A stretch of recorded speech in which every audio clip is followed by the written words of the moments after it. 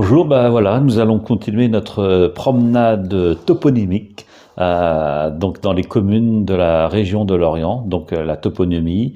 On va essayer d'expliquer en fait la signification de ces noms de communes qui se trouvent tout autour de Lorient. Donc on n'en est pas à nos premières explications, hein. Il y a déjà eu deux numéros sur ces explications. On continue par la commune de Plouay, donc qui se trouve un peu plus au nord du pays de Lorient, à la limite du pays pour l'Est. Alors Plouay, donc comme beaucoup de noms de communes en Bretagne, voici un nom qui commence par plou, le préfixe plou, qui auparavant se disait ploué, qui est un ancien mot qui date on va dire du 5e, 6e siècle, 4e siècle peut-être après Jésus-Christ. Voilà la période de formation de ces noms en plou. Et Ploué en est un exemple. Comme pratiquement tous ces noms en plou, en fait, il est suivi d'un nom de personne. Donc Plou ou Ploué, c'est l'ancien mot pour dire la paroisse en breton, et suivi donc du nom du fondateur ou du responsable principal ou du chef ou du saint S-A-I-N-T, mais entre guillemets, parce qu'on ne connaît pas du tout sa fonction religieuse, par exemple, ni sa réputation religieuse. Voilà, donc un nom de personne en tout cas. Alors, le nom de personne en question, il est très difficile à deviner si on n'a pas les formes écrites anciennes pour trouver une explication. Alors, la forme écrite la plus ancienne contenait un Z au milieu du mot, c'est-à-dire qu'on avait plou, et ensuite on avait Zei ou Zoé. Alors, ce Z, qu'est-ce que c'est? En fait, c'est l'ancien son The, qui s'écrit actuellement Z en breton, mais c'est un Z particulier dans le sens où c'est un Z qui se prononçait The et qui a donné un son muet en breton, pratiquement partout en Bretagne, sauf dans le Léon. Si Plouet se trouvait en Léon, on dirait Plouzoué. Mais comme il se trouve en dehors du Léon, en l'occurrence ici en Pays Vantais, on dit Ploué. Alors c'est quoi ce son? En fait, c'est la mutation d'un D. C'est-à-dire qu'à l'origine, on avait en réalité Ploué, plus un prénom qui devait être Doué, Dae ou Doué. Les formes écrites ne sont pas suffisamment précises pour trancher. Et quand ce prénom est mis en liaison avec le préfixe Ploué, donc le D devient The, qui était écrit Z. Ce Z a fini par s'amuir complètement, par disparaître complètement. Et en fin de compte, à partir de Ploudoué, on a fini par obtenir Ploué. Donc c'est la paroisse d'un certain Doué.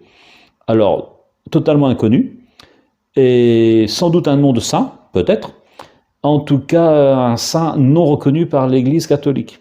Et donc, les autorités ecclésiastiques ont cru bon de remplacer ce nom de saint par un autre, plus connu, c'est-à-dire qu'il est reconnu dans le calendrier romain. Et c'est pour ça que l'école privée de Plouay s'appelle l'école Saint-Ouen. Alors, on avait Sandoué, certainement, en breton à l'origine, et on l'a remplacé par Ouen, et en liaison ça donne Saint-Ouen, et effectivement Saint-Ouen ressemble un petit peu à Sandoué.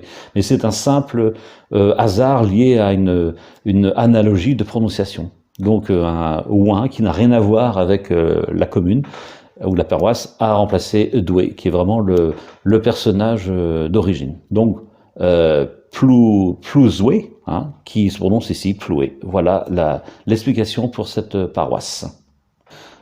Pour la commune suivante, on va rester dans le secteur de Plouay. On va passer à Lanvaudan. Alors Lanvaudan, encore une commune, typiquement bretonne, enfin je veux dire avec un nom typiquement breton, dans le sens où elle est constituée de deux termes, dont l'un est un préfixe, c'est le préfixe land, très connu, qu'on trouve dans beaucoup de noms de communes, beaucoup de noms de quartiers, de communes aussi. Il s'agit du préfixe lan, L-A-N, on le trouve également dans Languédic par exemple. Donc en l'occurrence, il s'agit de Landvaudan. C'est un mot ancien qui date un petit peu de la même période que les noms en Ploué. On est aux environs des 5e siècle, autour du 5e siècle. Alors ce mot land ne désigne pas à proprement parler une paroisse, une grande paroisse, une paroisse, comment dirais-je, à la campagne, hein, qui était rendu par le préfixe plou, mais plutôt une église ou le territoire dépendant d'une église ou bien dépendant d'un ermitage. Et en breton, il se dit lan. Et c'est encore le mot qu'on utilise en gallois, par exemple, pour désigner une église, hein, qui s'écrit L-L-A-N, avec deux L, donc à l'initiale. Donc en breton, il se prononce lan. Et ces noms en langue sont suivis du nom d'un personnage, du nom d'un saint. Hein. C'est le saint personnage auquel est dédiée la chapelle ou l'église ou bien l'ermitage. Alors en l'occurrence ici, on avait un saint Maudan.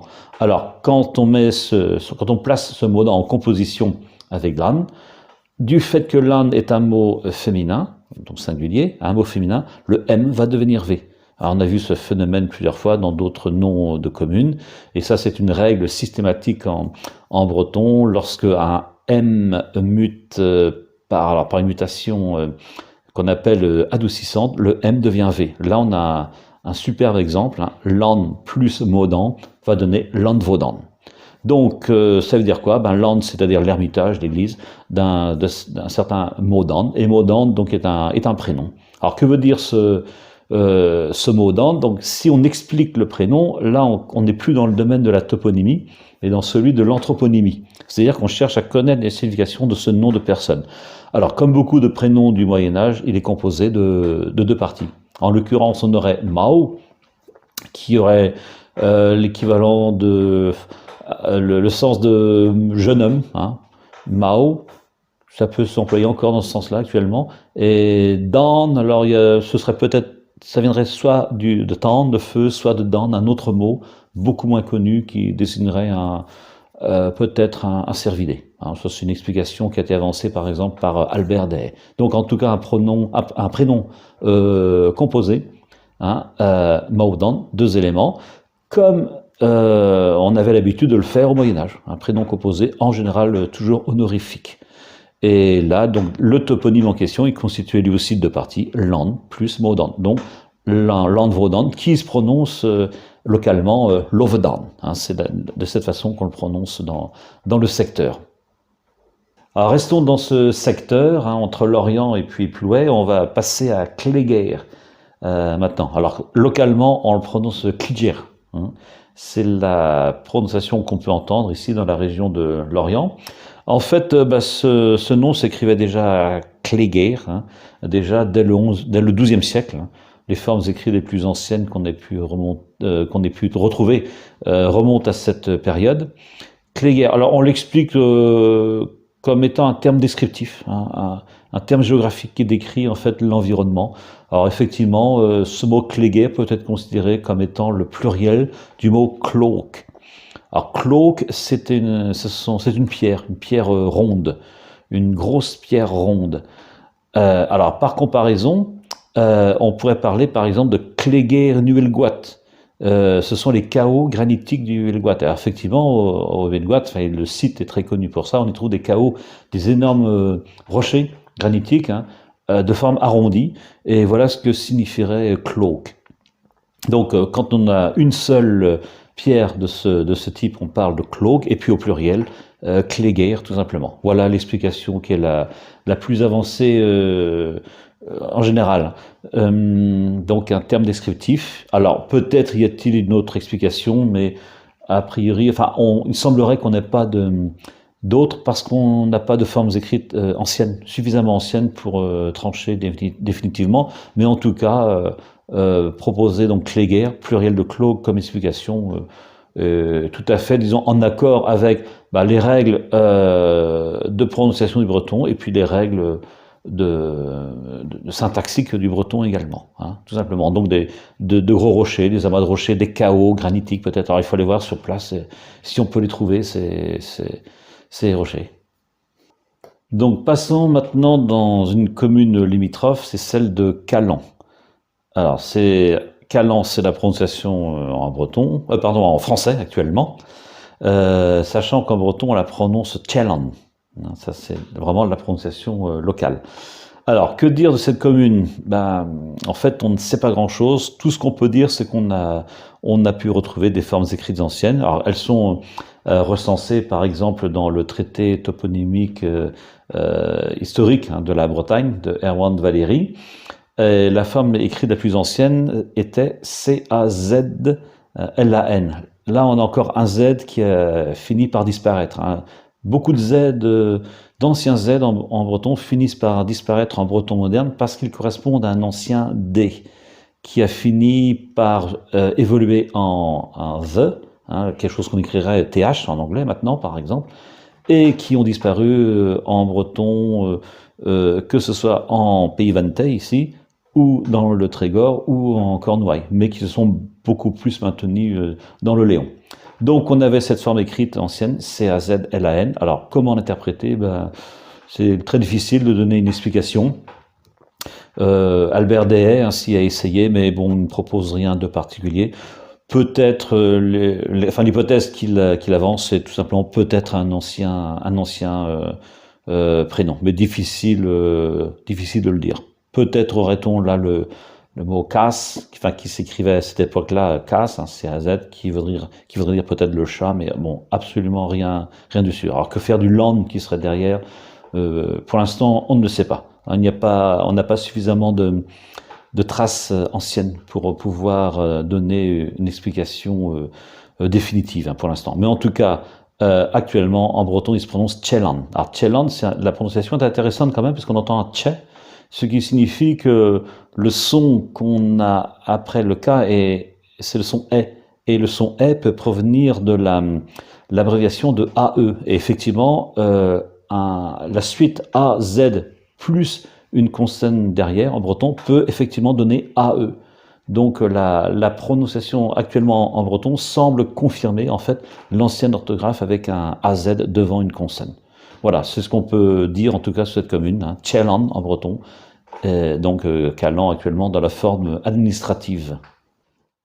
Alors passons maintenant à deux communes qui ne sont pas limitrophes, qui sont séparées l'une de l'autre par la rade de l'Orient. Alors pourquoi les mettre ensemble? Parce que ce sont les deux seules communes du secteur qui ont été créées avec un nom en français d'abord. Et le nom a ensuite été traduit en breton, ce qui ne s'est pas passé pour les autres communes. Les autres communes ont toutes des noms en breton, avec une prononciation qui peut être francisée, hein, mais ça reste quand même du français local, c'est-à-dire relativement proche quand même de la prononciation en breton. Mais ici, on a deux exceptions, et il s'agit donc de Lorient et de Port-Louis. Alors, Lorient, bah, le terme est clair, hein, c'est lié à l'histoire de la Compagnie des Indes orientales, tout simplement. Alors, Lorient est connu comme une ville, enfin un port, hein, au début, un port et puis un chantier, créé donc sur les bords du Scorff, de chaque côté du Scorff, donc sur le territoire actuel de Lorient, mais qui à l'époque faisait partie de Pleumeur. Donc là, on est au XVIIe siècle, et également sur l'autre rive du Scorff, donc sur l'ancien territoire de Caudan, qui a fini par devenir l'Anester. Donc voilà, voilà l'origine, voilà comment on peut situer géographiquement l'Orient. Alors le nom, bah, c'est directement lié à la Compagnie des Indes orientales, c'est directement lié également au vaisseau qu'on appelait le Soleil d'Orient. Donc c'était le gros chantier de l'époque, hein, cet énorme vaisseau. Voilà, bon, on disait tout simplement, on va au chantier de l'Orient, tout simplement. Voilà, donc le nom est resté. C'est pour ça que dans les anciens textes en français, on le trouve écrit L', hein, et puis Orient plus loin, d'où sa traduction en breton, son adaptation en breton, un Orient, hein. Donc ça c'est bien, là on a une correspondance totale entre les deux noms, donc l'un étant la traduction de l'autre, et exceptionnellement cette fois c'est le mot breton qui est la traduction du nom en français, donc l'Orient, un Orient, hein. Pas de surprise je dirais, là on est dans un cas transparent cette fois. Pour Port-Louis, pareil. Port-Louis, pourquoi cette commune se dénomme ainsi? Alors ça, c'est suite à une décision royale de Louis XIII, et c'est encore lié, encore une fois, à la Compagnie des Indes orientales. C'était à l'époque où la citadelle existait, et qu'il y a eu une décision d'installer donc les chantiers, les magasins de la Compagnie des Indes orientales dans cette commune, qui auparavant ne portait pas le nom de Port-Louis, mais de l'Opéran. Alors l'Opéran, en fait, c'est un nom en commençant par l'Auque, hein, comme beaucoup de communes en Bretagne. Et donc l'Auque, c'est un lieu-dit consacré à un saint, suivi de Péran. Alors Péran, c'est une des formes bretonnes pour le prénom Pierre. Et effectivement, il suffit de constater que l'église paroissiale de Port-Louis est consacrée à Saint-Pierre. Alors Saint-Pierre et Saint-Paul, mais bon, Saint-Pierre en premier. Hein, et c'est directement lié au fait au nom de Loc-Péran. Donc Loc-Péran, le lieu dit consacré à Saint-Pierre, mais sous la forme diminutive. Hein. Péran est le diminutif de père, donc forme correspondant à Pierre. Voilà. Ce lieu, hein, cet établissement a fini par être dénommé Port-Louis sur décision de Louis XIII, donc en l'honneur des rois de France, hein, en reprenant tout simplement un prénom porté par de nombreux rois de France. Donc c'est venu Port-Louis. Alors là, on a eu également une traduction donc, du français en breton. Donc tout simplement Port-Louis. Hein, donc là, le mot est transparent également. Donc encore un cas exceptionnel pour la région de Lorient. Donc port, hein, tel qu'on le prononce ici, donc c'est le port. Donc on l'écrit, c'est le son r, hein, donc et non pas pors, comme on pourrait le dire par exemple dans la zone KLT. Et Loïs, hein, c'est effectivement la façon dont on prononce Louis ici, sachant que le féminin est Loïsa. Hein, pour une fille, donc Loïsa, Loïs pour un garçon, donc Port-Louis, Port-Louis. Donc deux cas de traduction du français vers le breton. Alors, nous allons maintenant nous diriger vers Inzinzac-le-Christ, donc une commune hein, au nord d'Hennebont, donc composée là il y a deux mots hein, qui composent le nom de cette commune. Alors, un des deux mots est beaucoup plus facile que l'autre. Alors, on va commencer par le plus difficile. Inzinzac. Alors en breton, on le prononce Zinzac. Alors que veut dire ce terme? Alors, première chose qu'on peut remarquer, c'est qu'il finit en ac. Quelques mots en finissant ac en Bretagne ne sont pas très nombreux. Dans le coin, on a Kervignac, par exemple, on a Carnac, et on pense que ce sont des noms très anciens, en fait, ces noms en ac.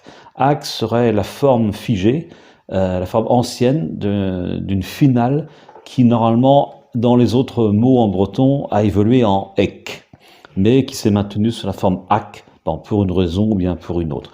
On estime que, enfin, selon les explications avancées par plusieurs linguistes, ça viendrait du fait que dans ces noms en ak, hein, des noms de communes, donc finissant en ak, on aurait des populations qui auraient continué à parler roman, ou qui seraient passées du celtique au roman, avant donc d'avoir une généralisation de la langue bretonne sur l'ensemble de la Basse-Bretagne. Voilà, donc on parle dans ce cas-là d'îlots romans, hein, des îlots donc romans de langue romane, romanophone, au sein donc d'une population britophone, de langue bretonne. Voilà, ça c'est l'explication qui est avancée. Donc là on a un exemple de nom en ac.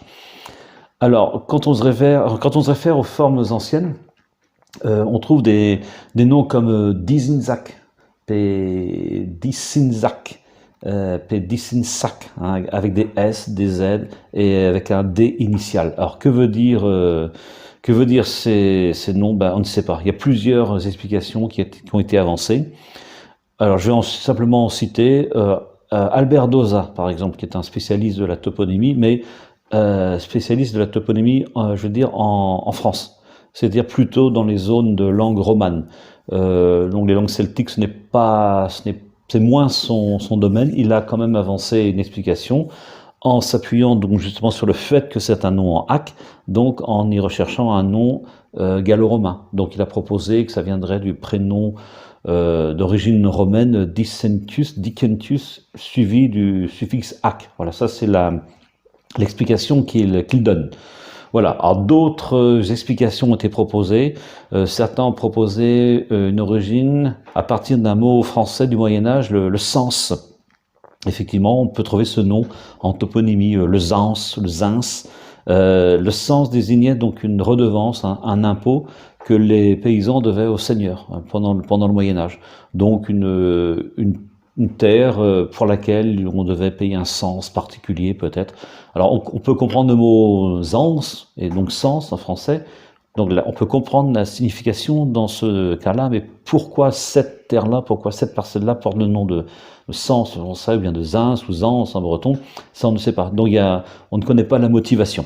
Ça c'est Voilà, ça c'est une deuxième hypothèse, hein, donc une explication par un ancien mot français, sens. Et là, il y a une troisième hypothèse qui existe, c'est que en préfixe, en fait, on aurait le mot din, qui désigne une forteresse. Donc une place forte, un lieu fort, situé sur une hauteur. Alors, lorsqu'on considère un Zinzag-Lochrist, c'est vrai que la commune est située, enfin le bourg de la commune est situé au bord du Blavet. C'est vrai que c'est sur une hauteur. Bon, alors maintenant il reste à trouver des preuves archéologiques. Ça veut dire ça suppose de faire des fouilles. Mais tant qu'on n'a pas de preuves archéologiques, on ne peut rien dire du tout. On ne peut pas être, comment dirais-je, précis hein, sur la signification de ce nom de commune. Donc trois hypothèses hein, retenues pour l'instant. Ce dont on peut être certain, c'est que la forme administrative c'est un zinzac et en breton c'est zinzac. Voilà tout ce qu'on peut dire. Alors donc il manque une syllabe hein, en breton. Peut-être justement qu'il y a une syllabe qui a disparu parce que c'était le préfixe din, ça pourrait être une explication. Ou alors, autre explication, j'ai cru lire aussi qu'il existait une prononciation d'Inzac, commençant par un D. Peut-être qu'on aurait eu là une réduction de 2 syllabes à une seule syllabe, mais sans la disparition du premier son de la syllabe initiale. Donc de Dinzinzac, on serait passé à Dinzac. C'est-à-dire que le Z qui est au milieu aurait disparu. Voilà. Donc on ne sait pas, là c'est vraiment le gros point d'interrogation pour cette commune, donc un Zinzac-Lochrist, ou donc Zinzac en breton. Restons donc dans le nord du pays de l'Orient. On va cette fois se diriger à Inguiniel. Donc on se retrouve au nord de Plouay, hein, dans ce cas-là. Donc on est déjà en pays pourlette. Donc le pays de l'Orient correspond à peu près à l'ancien Kemenet Eboué, hein, c'est un ancien district, une ancienne division du pays vantais, enfin en particulier l'ouest du pays de l'Orient. Et à Inguiniel, on a changé de Kemenet, hein, on se trouve dans celui de Guégan, donc le Kemenet Guégan qui a donné son nom à la commune de Guéméné, hein, Kemenet, Guéménet, et qui se prononce Djemnei hein, en breton local. Voilà, donc on est dans cette partie nord du pays de l'Orient. Inguiniel, donc, alors la prononciation en breton c'est Uniniel. On l'écrit habituellement avec l'article an devant et puis iniel plus loin. Alors, est-ce qu'on est sûr de la coupe, c'est-à-dire la séparation dans le nom entre un article et puis un nom. Rien de moins sûr en réalité, parce qu'il a pu y avoir donc une réinterprétation du terme. Alors, qu'est-ce que veut dire ce nom inguiniel? Alors, il faut se référer là, de la même façon, hein, aux formes écrites anciennes. La forme la plus ancienne, qui a été par exemple qu'on peut retrouver dans le traité de toponymie historique de la Bretagne hein, de Erwan de Valéry, c'est Iuiniel, alors qui s'écrit I-G-U-Y-N-I-E-L. Alors le G-U à l'intérieur d'un mot en moyen breton avait très souvent la prononciation W. Donc ça peut rendre en fait une prononciation Iuiniel, hein, sans qu'on prononce le G en fait. Alors peut-être. Et puis ensuite, ce mot n'étant plus compris, donc il a évolué. Soit le V a disparu, ça se résume à Iniel, c'est tout à fait possible. Soit la première syllabe, Iniel, a été considérée comme étant l'article, donc c'est devenu un, et effectivement on peut entendre dire un Iniel. Mais est-ce que dans la prononciation un Iniel, le un qui est en tête de ce nom correspond vraiment à un article? Ça, on n'en sait rien non plus. Donc là, c'est le mystère le plus total. Il y a beaucoup de noms de communes en fait qui nous échappent encore, tout simplement parce que les formes écrites anciennes manquent et c'est d'autant plus difficile qu'il a pu y avoir réinterprétation de ces noms par la suite. Le nom n'était plus compris, donc les gens, donc continuant à parler breton, ont réinterprété avec toujours en breton, mais avec des mots plus modernes que le nom du toponyme qui, lui, est beaucoup plus ancien. Donc on parle là, dans ce cas-là, de remotivation du nom ou bien de réinterprétation du nom par rapport à un breton plus moderne, par rapport à celui qu'on retrouve par exemple dans la forme écrite. Voilà, donc c'est le mystère là aussi. Ce qu'on peut constater, c'est que un V hein, entre voyelles, en breton, un V ou un W a très souvent tendance à devenir muet. C'est par exemple, c'est ce qu'on trouve dans le mot, par exemple, Anavout, hein, qu'on prononce Anaout, ou bien dans le mot gouvernain, hein, gouvernement, on dit gouvernement, on ne dit pas gouvernement. Le V a tendance à disparaître. Voilà ce qu'on peut constater, mais rien de plus. Donc, pour l'instant, pas d'hypothèse tranchée. Donc, Uniniel, hein, la prononciation en breton, en tout cas. Alors, restons toujours dans le secteur nord de Plouay. Cette fois, on se retrouve à Bubry. Alors, la prononciation en breton actuellement, c'est Beubry. Donc, avec non pas le son U, hein, mais le son E, hein, à l'initiale Beubry. Et effectivement, il se trouve que ça correspond à la plus ancienne forme écrite qu'on ait retrouvée, qui s'écrivait donc B-E-U et dans le même mot B-R-I, hein, Beubry. Voilà, donc il semblerait qu'il n'y ait pas eu de changement, hein, dans la prononciation de ce terme depuis le XIIIe siècle. Alors, l'hypothèse la plus convaincante, c'est qu'on a là un nom de personne, donc employé sans préfixe. Alors, le nom de qui, ça c'est la question, impossible de le savoir. Il faut pour ça de trouver des documents, des archives, et on n'a absolument aucune trace. Ça semble être en tout cas un nom de personne, parce que c'est un nom qui finit en brie. Et il y a quelques noms de personnes typiques du Moyen-Âge qui finissent en brie. Alors, brie ou vrie, hein, si on parle, s'il y a une mutation de B en V. Et puis, ce mot brie existe dans une expression dougain brie, c'est-à-dire honorer quelqu'un, rendre honneur à quelqu'un. C'est une expression qui a été employée, par exemple, dans un poème de Jean-Pierre Calloc, par exemple. Hein. De Hon i Tougen Brie, par exemple. Alors, donc un prénom breton médiéval composé de deux parties. La deuxième partie étant brie, la première étant déjà un peu plus problématique. On ne voit pas trop ce que ça pourrait être. En tout cas, prénom dont la prononciation n'a pas beaucoup évolué. Alors, ça s'écrivait B-E-U, hein, au Moyen-Âge. Peut-être le prononçait-on Beubry, peut-être le prononçait-on Béubry ou Beubry.